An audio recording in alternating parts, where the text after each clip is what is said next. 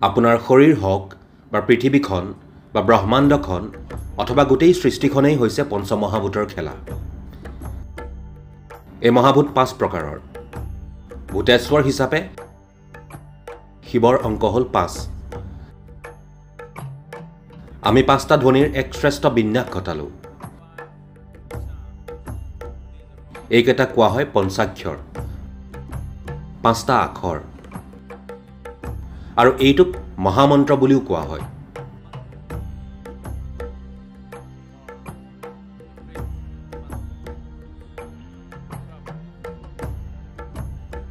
সম্ভৱতঃ সময়ৰ ইতিহাসত এই 5টা আখৰৰ মাধ্যমেৰে সৰ্বাধিক লোকে তেওঁলোকৰ সৰ্বোচ্চ সম্ভাৱনা উপলব্ধি কৰি আহিছে। নমঃ শিৱায়।